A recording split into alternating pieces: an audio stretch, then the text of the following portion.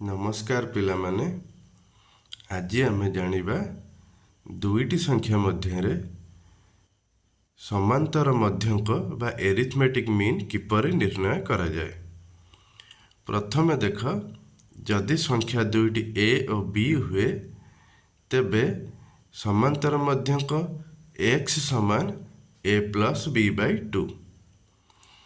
सेहीपरि जदि सही संख्या दुईटी ए और बी मध्य आमे अनेक समांतर मध्यंक स्थिर करिबा बा n संख्यक समांतर मध्यंक x1 x2 x3 xn तेबे x1 समान a plus b minus a by n plus 1, x2 समान a plus 2 into b minus a by n plus 1, x3 समान a plus 3 into b minus a by n plus 1।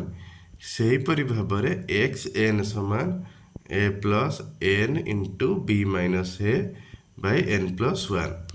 तेबे आमे आज जानिले जे गोटिए समांतर मध्यंक x हेले ए plus B by 2, अनेक समांतर मध्यंक x1 x2 x3 और xn हेले ताहले एही फॉर्मूला माध्यम रे आमे समांतर मध्यंक निर्णय करि परिबा।